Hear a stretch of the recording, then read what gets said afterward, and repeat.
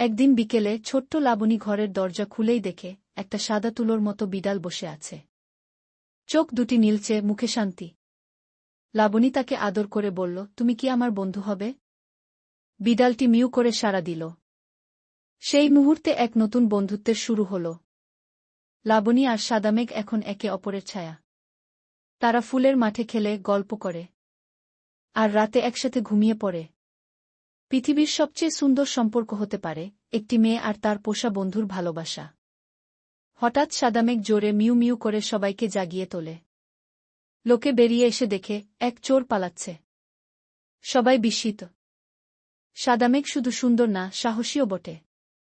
সেদিন লাবণী সাদামেঘকে জড়িয়ে ধরে বলেছিল, তুমি আমার সবচেয়ে ভালো বন্ধু।